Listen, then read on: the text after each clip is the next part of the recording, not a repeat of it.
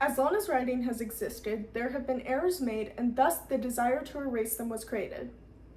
However, the erasure of writing can be done in many ways. Most commonly, the removal of the writing on the page, but also the hiding or covering of the words on the page. The standard eraser works to remove writing, but some marks can't be removed, only scribbled over or scratched out. Over time, humanity has played the part of the eraser and chosen to remove some things, one such example would be the female pharaoh, and conceal others. Hatshepsut was thought of by early modern scholars to have only served as regent.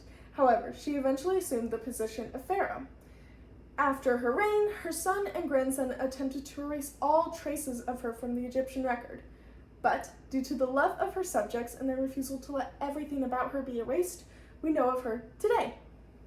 What this goes to show is that those in power often go to great lengths to hide the history of those they wish to erase. A lesson not left in the early ages, rather one that has lasted since before time had a name. And that it's up to us to keep people's stories alive. Much is the case of the existence of the queer community. Today, we will highlight the erasure of a group of people, especially queer people and history in the United States. Then, examine the perceived errors, focusing on those that are being removed and why.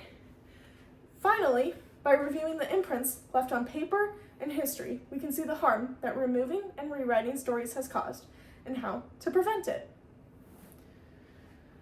The criminalization of LGBTQ people, also known as queer people, dates back to the 13th century in England.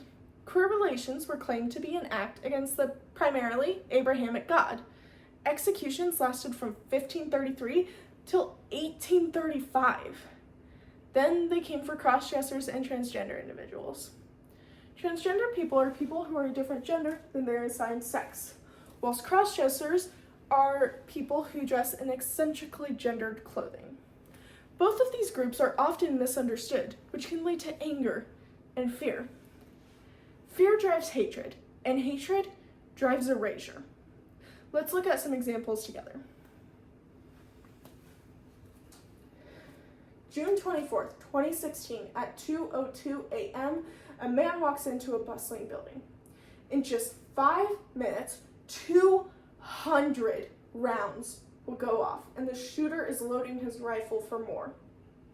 At the Pulse nightclub in Orlando, Florida, 49 patrons were murdered, and 53 were injured.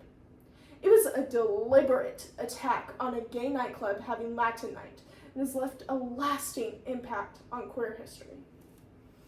The mass shooting at the Pulse was the largest mass shooting in history at the time. To honor the dead, a rainbow crosswalk was painted in 2017. Not even a decade after the tragedy, on August 21st, 2025, Floridians woke up to the crosswalk painted over. This is the physical act of removing the memory of a tragedy, the history of a people, the reality that is the queer existence. The Pulse is a blatant example of removal and erasure. But what about the scribbling that occurs so often? Sex verification in sports began in the 1940s with femininity certificates provided by a physician. Tests were designed to ensure that athletes were to only compete according to their sex, but often resulted in the exclusion of intersex athletes from female sports. Intersex people are people who do not fit into the simple sex binary of male and female, as scientifically, not every body is traditionally male or female. Intersex and transgender individuals often confuse the unaware public, which is harmful because confusion breeds exclusion. People get confused about the sex spectrum, and it's okay. They expect XX and XY to be the end-all, but actually there are over 30 variations of intersex, which is interesting and adds some magic to science.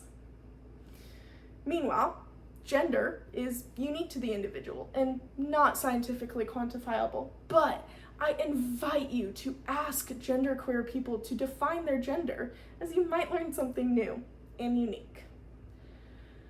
The scribbling occurs when people write over the uniqueness of these individuals, labeling them as freaks of nature. Neither group is as rare as we are led to believe, but shunned and hidden. Sex checks continue into the present day, as female athletes in the Olympics are still required to have their genes checked, but now for transness. Officials claim that trans people have an advantage over others and portray them as harmful, despite being disproven in studies. People in power often exaggerate the bad to obscure the good. This is how hate crimes grow, in the fear and hatred of a demonized group. More than 1 in 5 hate crimes are motivated by anti-LGBTQIA+ bias. The first recorded hate crime was on September 28, 1958, in New Orleans, Louisiana. Fernando Rios, a gay man from Mexico City who was leading a tour group, was killed after leaving Café La Fête in Exile, a gay bar in the French Quarter, by 3 men. In 1973, the Upstairs Lounge, a queer hangout in New Orleans, was set on fire on June 24th. The fire killed 32 individuals, 28 of whom died in just 16 minutes. Meanwhile, the Matthew Shepard and James Byrd Jr. Hate Crimes Prevention Act was signed into law in 2009, whilst the people it was named after were murdered in 1998, 11 years prior. Until 2009, legally, it wasn't a hate crime to murder someone for race, religion, sexuality, or gender, unless the victim was going to school or voting. However, hate crimes persist into the present day 2025. Jonathan Joss was approached by a neighbor who yelled homophobic slurs at him before shooting and killing him on June 1st. Jonathan Joss was a Native American gay man, aged 59, when he was murdered. From 1958 to 2025, there have been hundreds of deaths from hate crimes. At least 32 transgender and genderqueer individuals were murdered in 2024 alone. Fernando Rios, the Upstairs Lounge, Matthew Shepard, The Pulse, and Jonathan Joss all made headlines. But other stories don't. Don't Ask, Don't Tell is a way to allow gay people into the military, but also a way to ignore the violence that they face. For a year, Seaman August Provost was harassed over his identity as a gay black man. It all boiled over when on June 30th, 2009, whilst on sentry duty at Camp Pendleton, Southern California, he was shot fatally 3 times and then burned. His family has gone on to state that he was murdered because of his sexuality and that it could have been prevented. Seaman Provost is a man erased by history. Upon searching his death date in the news, his death is not mentioned. When stories are written over, erasure seeps in. People in power don't need to erase those who erase themselves. They don't need to cover up the stories of people who are too scared to share their stories. Queer people often erase themselves to avoid being erased by others. A 2024 Trevor Project survey reported that suicide attempts increased by as much as 72% in the first year of bans on gender-affirming care for queer youth.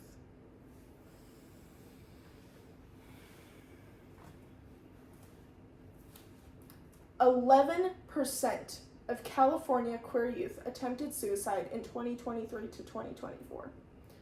Overall, in the U.S., 12% attempted suicide, while 39% considered it.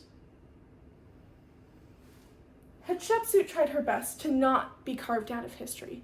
She wore a fake beard, portrayed herself as male and female, and brought great prosperity to Egypt. Even still, those in power who feared her womanhood attempted to erase her. They only failed because she was loved by those who refused to let everything about her be erased. Instead of erasing the lives and deaths of many, we need to write their stories into the stars, not erase them from the history we do have. I know this was heavy, but we can improve the future of all people by advocating for equality amongst all humans. MLK said, "Injustice anywhere is a threat to justice everywhere." Queer people are just as human as anyone else, and we deserve the same rights as anyone else. Thank you.